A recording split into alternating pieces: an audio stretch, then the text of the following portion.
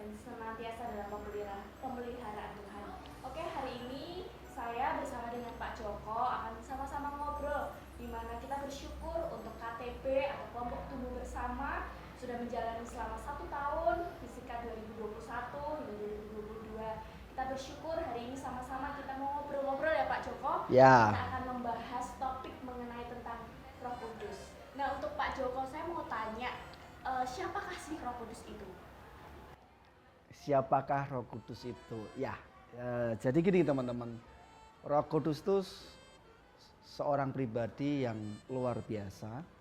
Dikatakan di dalam Yohanes pasal 14 ayat 26 berkata begini, Aku akan meminta kepada Bapa dan ia akan memberikan kepadamu seorang penolong yang lain supaya ia menyertai kamu selama-lamanya.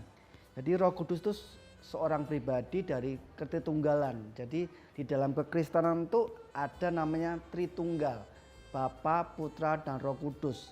Roh Kudus seorang pribadi yang memberikan kita penghiburan, yang memberikan kita pertolongan, yang mengingatkan kepada kita bagaimana kita suruh untuk tetap percaya kepada Tuhan, seperti itu. Jadi Roh Kudus dalam kehidupannya adalah selalu membimbing kita dan menolong kita, seperti itu.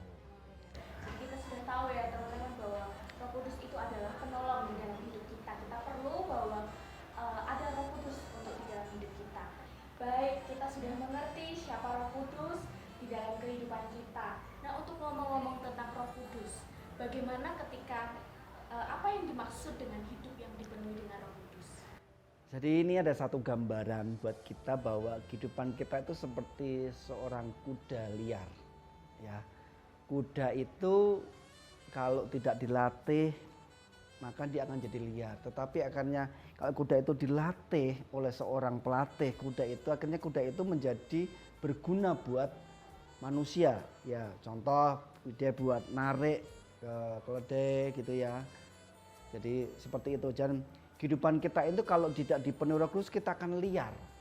Kita akan menjadi orang yang tidak berpikir dengan jernih, kita menjadi orang yang maunya berbuat dosa terus. Ya, jadi hidup yang dipenuhi Roh Kudus, hidup yang dipimpin oleh Roh Kudus sendiri, yang menginsapkan kepada kita, yang mengingatkan kepada kita bahwa Dia yang bekerja buat kita. Jadi di dalam Ibrani pasal yang ke-12 ayat yang pertama berkata, serahkanlah hidupmu kepada Tuhan dan hiduplah oleh Roh, maka Anda tidak akan menuruti keinginan daging. Izinkan Roh Kudus yang lemah lembut itu memenuhi hidup Anda, mengendalikan hidup Anda sehingga Anda menjadi bejana yang penuh dengan buah roh, buah surgawi yang dapat dinikmati oleh orang lain.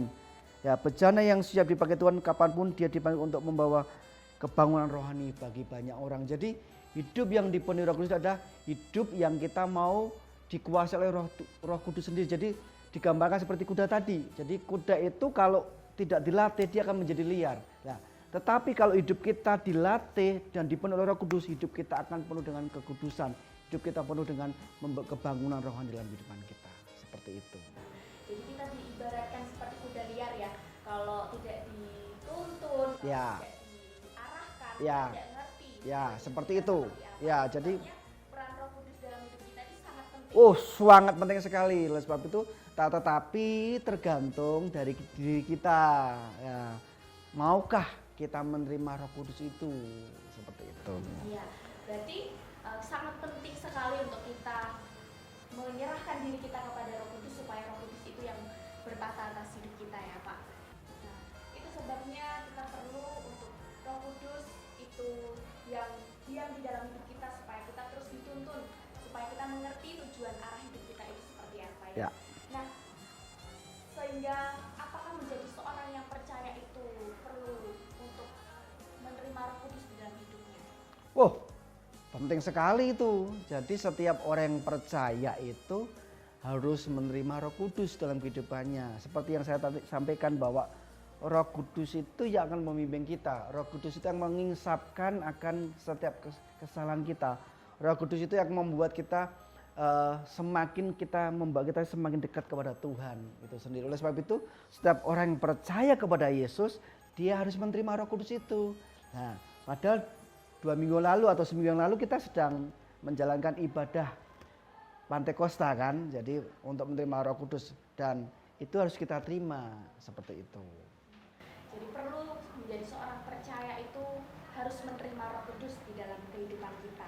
Nah, bicara tentang Roh Kudus, kita tidak jauh lagi kepada kan banyak ya, maksudnya banyak orang yang bagaimana dengan cara menerima Roh Kudus adalah salah satunya dengan baptisan, gitu ya Pak. Jadi bagaimana ketika kita menerima baptisan Roh Kudus itu sendiri? Ya, menerima baptisan Roh Kudus itu yang pertama harus percaya Yesus dulu. Kalau dia nggak percaya sama Yesus, masa dia bisa terima Roh Kudus? Jadi harus menerima Yesus sebagai juru selamat itu sendiri yang itu pertama. Yang kedua adalah kita harus berani meninggalkan dosa. Kata berani itu berarti harus diusahakan dengan keputusan kita. Jadi harus berani meninggalkan dosa karena Roh Kudus itu selalu mengingatkan kepada kita. Kedua adalah pengakuan terbuka buat hidup kita. Jadi kita harus pengakuan secara simbolis bahwa aku mau terima dengan iman bahwa aku percaya akan adanya Roh Kudus dalam kehidupanku.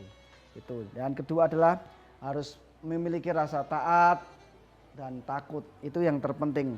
Yang ketiga adalah jangan lupa minta kepada Tuhan itu sendiri, karena Tuhan yang memberikan Roh Kudus buat hidup kita, seperti itu. Jadi baptisan Roh Kudus itu yang pertama kita harus percaya dulu ya, menerima Yesus sebagai juru selamat, karena kita tahu bahwa alasan kenapa kita mengambil keputusan untuk menerima baptisan Roh Kudus adalah percaya, taat kepada Tuhan, bahkan berani untuk meninggalkan setiap dosa kita. Nah, itu sebabnya pastinya Roh Kudus itu memiliki peran di dalam kehidupan kita. Nah, peran apa saja sih Roh Kudus itu bekerja di dalam kehidupan? Ya, Alkitab dengan jelas berkata begini, Roh Kudus memberikan kesaksian tentang kebenaran, dialah sumber kesaksian dan wahyu pribadi. Dia dapat membimbing kita di dalam keputusan kita dan melindungi kita dari bahaya jasmani maupun rohani. Dia dikenal sebagai penghibur dan dia dapat merendahkan ketakutan kita dan memenuhi kita dengan harapan. Melalui kuasanya kita dikuduskan sewaktu kita bertobat, menerima tata cara yang menyelamatkan dan menaati perjanjian-perjanjian kita.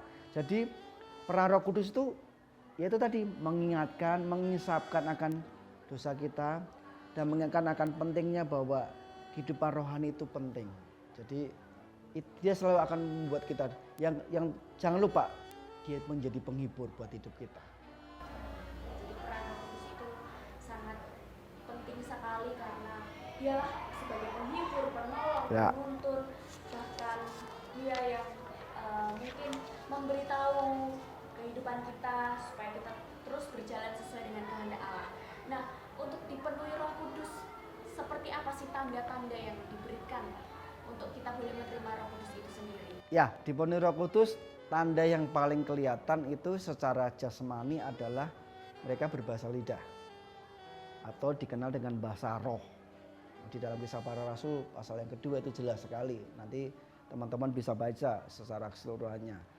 Tetapi di dalam kehidupan yang kelihatannya adalah bicara tentang kehidupan yang berbuah, menghasilkan buah. Buah apa yang dihasilkan? Ya di dalam Galatia dengan jelas kata buah bara itu sabaran, betul kan? Terus apa lagi? Kasih, penguasaan diri. Jadi dilihat dari tanda-tanda orang dipenuhi Roh Kudus dari itu. Jadi menghasilkan buahnya itu yang kelihatan. Kalau yang bahasa lidahnya itu kan cuma karunia. Ya, memang apakah setiap dipenuhi Roh Kudus harus dipenuhi dengan bahasa lidah? Enggak. Buat saya enggak. Yang penting kehidupannya itu yang menghasilkan buah dan buahnya itu dinikmati oleh banyak orang seperti itu. Jadi tanda-tanda kita dipenuhi oleh Roh Kudus itu bukan berarti setiap orang harus menerima bahasa lidah ya Pak. Ya. Tetapi itu karena sebuah karunia yang Tuhan berikan. Betul. Tetapi tanda-tanda yang diberikan itu adalah orang yang menghasilkan buah-buah roh. Seperti apa yang dikatakan dia ada kasih, ada sukacita, ada damai, kesejahteraan, dan 9 buah roh lainnya. Kita percaya bahwa biarlah setiap kita menerima Roh Kudus di dalam hidup kita sehingga kita menghasilkan buah-buah roh itu untuk kemuliaan bagi nama Tuhan. Oke teman-teman, kita bersyukur untuk KTP yang sudah kita jalani pada setahun ini ya. Kurang lebih kita bersyukur ada penyertaan Tuhan, kita boleh bersama bertumbuh di dalam tuntunan Tuhan. Saya yakin dan percaya biarlah setiap kita yang mengikuti KTP ini boleh menjadi berkat buat banyak orang, menghasilkan buah-buah roh dan hidup yang dipenuhi dengan Roh Kudus. Betul. Untuk itu sama-sama kita akan mengakhiri untuk ngobrol-ngobrol hari Ya. ini, dan saya minta untuk Pak Joko kita berdoa untuk mengucap syukur KTP yang sudah kita jalani selama 1 tahun. Ya, mari kita sama-sama berdoa. Tuhan yang baik, kami bersyukur sepanjang tahun ini Tuhan kami sudah banyak belajar di dalam kelompok tumbuh bersama.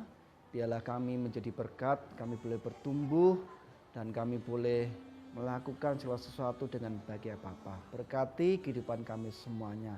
Yang percaya Tuhan dengan kami belajar tentang Roh Kudus, biarlah kami dipenuhi oleh kuasa Roh Kudus itu memenuhi hidup kami, biar hidup kami menghasilkan buah-buah yang boleh dinikmati oleh banyak orang. Terpuji dan namamu Bapa, dalam nama Tuhan Yesus Kristus. Haleluya. Amin.